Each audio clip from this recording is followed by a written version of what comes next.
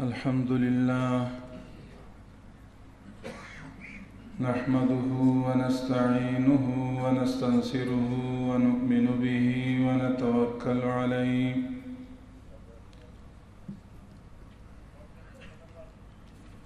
ونعوذ بالله من شرور أنفسنا ومن سيئات أعمالنا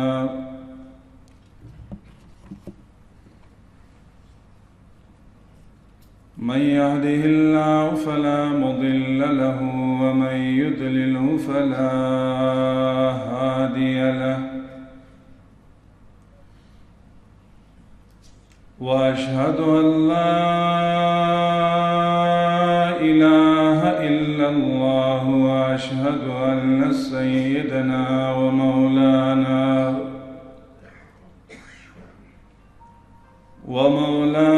محمدًا عبده ورسوله أرسله إلى الناس كافة بشيرًا ونذيرًا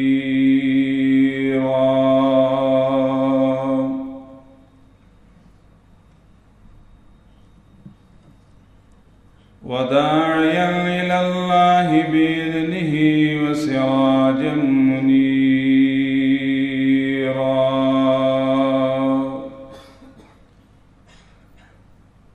لا نبي بعده ولا رسول بعده وهو خاتم النبيين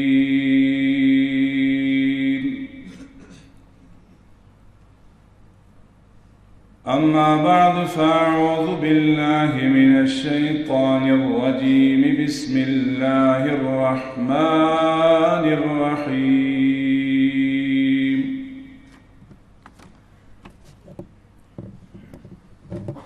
كنتم خير أمة أخرجت للناس تأمرون بالمعروف وتنهون عن المنكر وتؤمنون بالله ولو آمن أهل الكتاب لكان خيرا لهم منهم المؤمنون وأكثرهم الفاسقون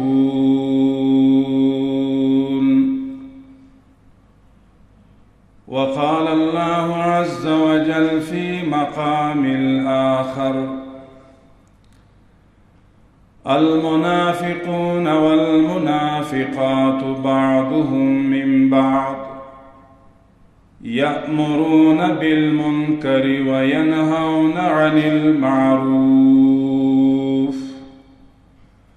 ويقبضون أيديهم نسوا الله فنسيهم إن المنافقين هم الفاسقون وقال الله تبارك وتعالى في مقام الآخر وعد الله الذين آمنوا منكم وعملوا الصالحات ليستخلفنهم في الأرض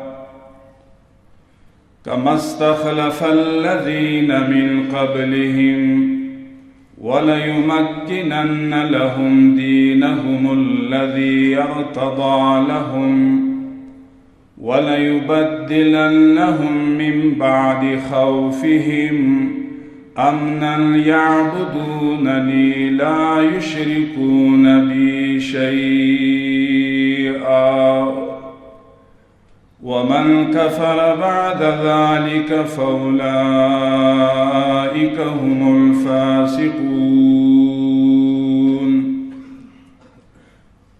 إن الله وملائكته يصلون على النبي يا أيها الذين آمنوا صلوا عليه وسلموا تسليما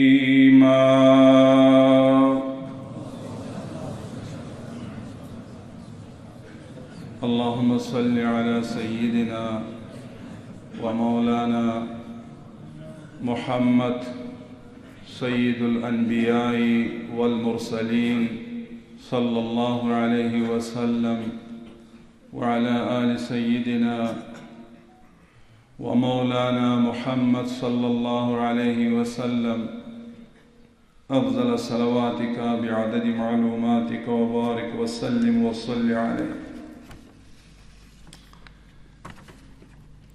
حضرات علماء کرام،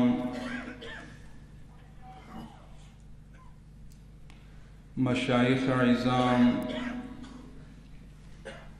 قدرمندو لأمر بالمعروف النهي عن المنكر او د شکایتونو اوریدلو وزارت، قدرمندو مشرانو، اکابرینو، منصوبینو، حاضرینو، پروردگار عالم زمونږ او ستاسې دا ناسته په خپل دربار کې قبول او منظور وګرځوي، او الله تعالی دې زمونږ او ستاسو قلب او دماغو کې غیر اختیاري سموعت او ریا، عجب، تکبری موجود وي. الله تعالی مکمل اغا اوصاف سیئه، اخلاق سیئه، عادات سیئه الله مکمل ختم کی، او دا غی په جای باندې الله اخلاق حسنه، افعال حسنه، اخلاص، تقوا، تواضع، انکساریت الله پیدا کی. قدرمند علماء کرامو، تاسی دا نن چې دلته حضور لرئ، قرار لرئ، تاسو د افغانستان د هیواد په زړه کې پاتې کیږئ. کابل پلازمینه د هیواد او د افغانستان یو تاریخي ځای ده. انقلاب او تحولات چې راځي د اسلامی دنیا، د انسانی دنیا د ټولو نظر اول په مرکز باندې لګي، خصوصا اوس په دغه قرن کې، په دغه صده کې چې مونږ او تاسې اسلامی نظام دعوا لرو، اسلامی حاکمیت دعوا لرو، قرآنی نظام دعوا کړی ده، خلافت راشده نظام من غواړو، دا من دعوا کړی ده. اوس که انسانی دنیا که راځي کابل ته، که اسلامی دنیا نه کوم وګړي اشخاص راځي کابل ته راځي، اولین د هغوی نظر او سترګې په تاسو باندې لګي. اول په ښار باندې چې طیاره نه کوزیږي، میدان هوایی نه چې بیرون کیږي، د موټرانو نه چې کوزیږي، اوس خو د مطبوعاتي او بیا د میډیا دور ده. امر بالمعروف نهی عن المنکر ارګان نړیوالو ته په کوم نوعیت، په کوم شکل معرفي شوی دی، د هغې تعبیر به نړیوالو ته به پرېږدو. نړیوال مونږ او تاسې نه څه غواړي هغه به هغوی ته به پرېږدو. ملت مونږ او تاسې نه څه غواړي هغه به ملت ته به پرېږدو. اسلامی نړۍ، اسلامی علما مونږ او تاسو نه څه طمع لري هغه مونږ او تاسو ته معلومیږي. قدرمند علماء کرامو، دا خو اوس ابتدا مرحله نه ده، دا اوس څلورم کال شروع کیږي او بلکې څلورم کال تکمیل ته رسیږي. د ټول اسلامي نړۍ او انساني نړۍ سترګې توجه تاسو ته ده، تاسې محتسبینو ته او بیا د دې وزارت منصوبینو ته او بیا د دې وزارت مسئولینو ته. د وزارت او د وزیر او د معینت او د معینانو او د ریاستونو د رئیس نه تر امیران او تر آخري مامور پورې منګ او تاسې باید داسې کردار او داسې اعمال او داسې گفتار او داسې اخلاق حسنه غوره کړو قدرمندو چې په دغه شر القرون کې یو مثالی وي، آینده د نسل او آینده د علماء دپاره او آینده د مسلمانانو مجاهدینو دپاره. داسې نه وي خدا نه خواسته چې موږ او تاسې بیا وروستو تاریخ چې لیکل کیږي څوک دا وایي چې اسلام د دغه اشخاصو په وجه بدنام شو، بلکې د الله په قانون کې هم او زمونږ او ستاسې په نظام کې هم منګ او تاسې داسې اعمال او اقوال او اخلاق ترسره کو چې د اسلامي نظام دپاره یو مثالی او یو اتلان چې تاسو حسابیږئ به د قیامت په ورځ.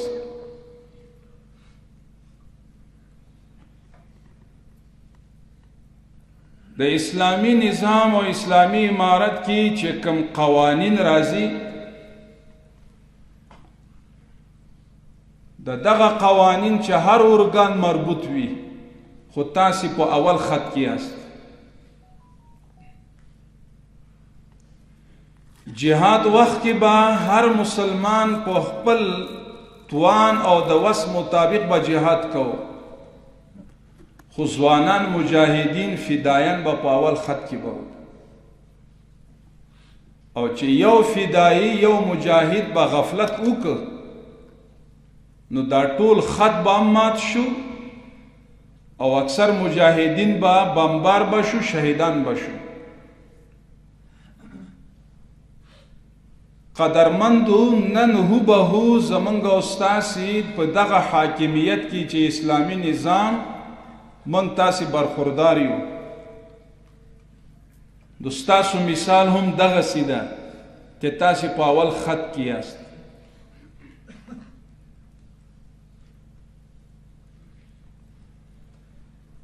عمدة القاری شرح البخاری او فیض الباری دواړه لیکي. په کتاب المغازی کې چې یو غزوه ده، دویم جهاد ده، دریم سریه.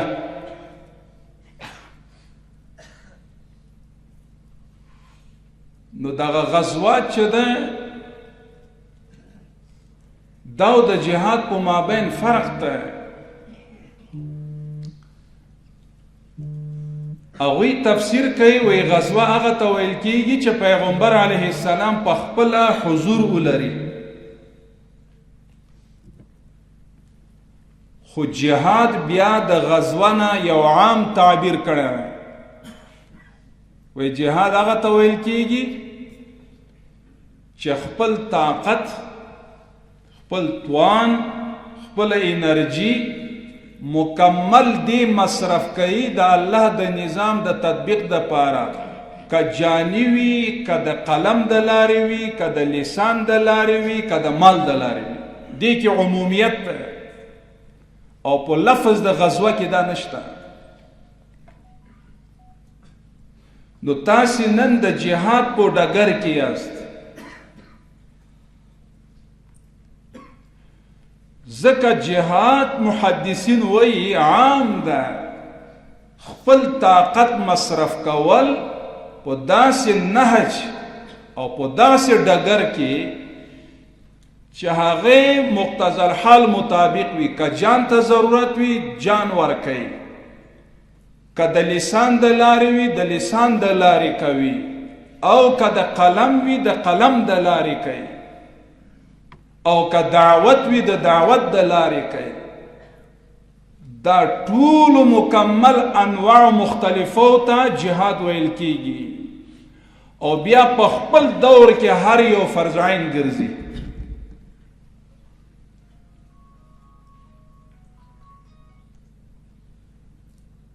نو قدرمندو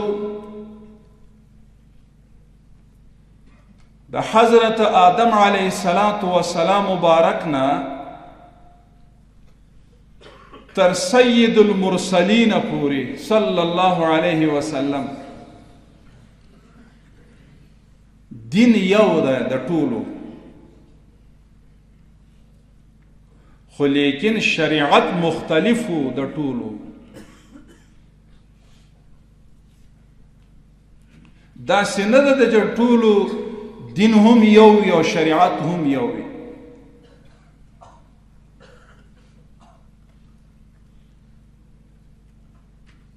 لكل جعلنا منكم شرعة ومنهاجا. آدم علیه السلام په وخت کې دین یو اسلام، خو اولنی چې کوم رور او دا رستی رور سره چې کوم خور پیدا وه، دا رستی خور د اولنی رور سره به نکاح کولی شوه. شریعت جدا و.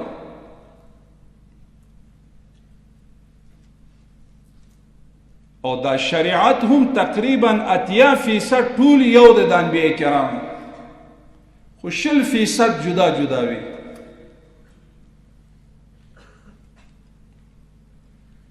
موسی علیہ السلام په دور کې 50 منځونه و د هغه په شریعت کې. تاسو علما یې،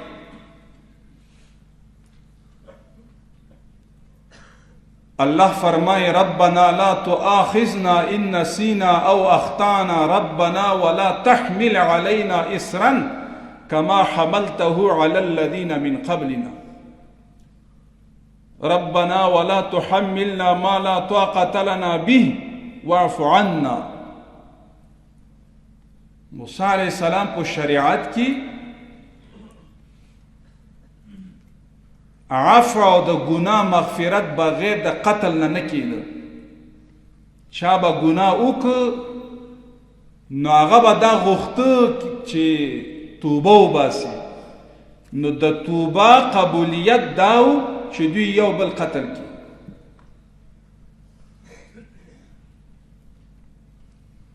نو شریعت جدا و.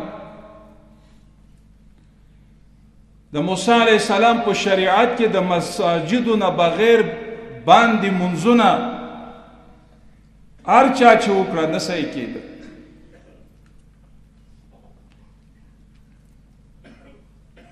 شپې به د چا ګناه به وکړه، هر چا چې خدا نخواسته د وقت شب گناه صادر می شد، بعد طلوع الفجر که شفق ظهور می کد، بلب دروازه یا بالا د دروازه کلان یک خط امیت قدرتی نوشته می شد که فلان کی بچه فلان کی شب امین گناه را انجام داده. اما شریعت موسی علیه السلام همین بود. زکات په لسم کې به و، بیت المال او یا غنیمت هغوی د پاره حلال نه و، قربانی غوښه په هغوی د پاره حلال نه و.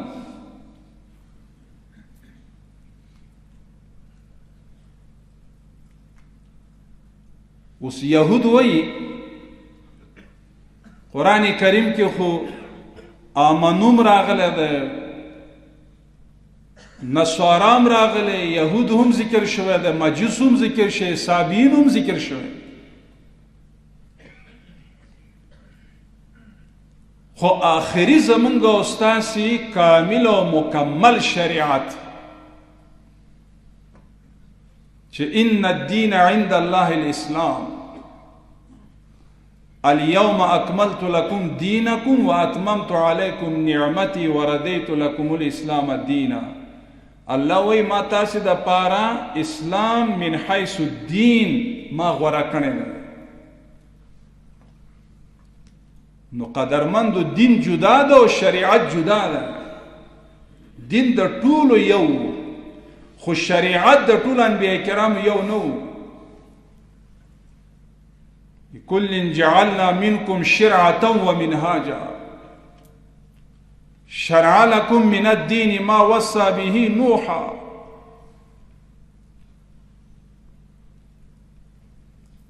نبی کریم علیہ السلام مبارک تا شکل دا شریعت یو جامع نظام د قرآن په شکل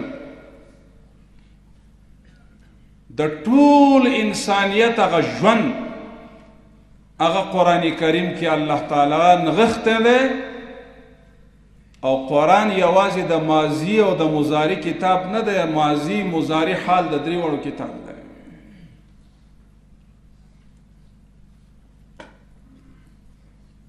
نبی علیه السلام په مکی ژوند کې دعوت وو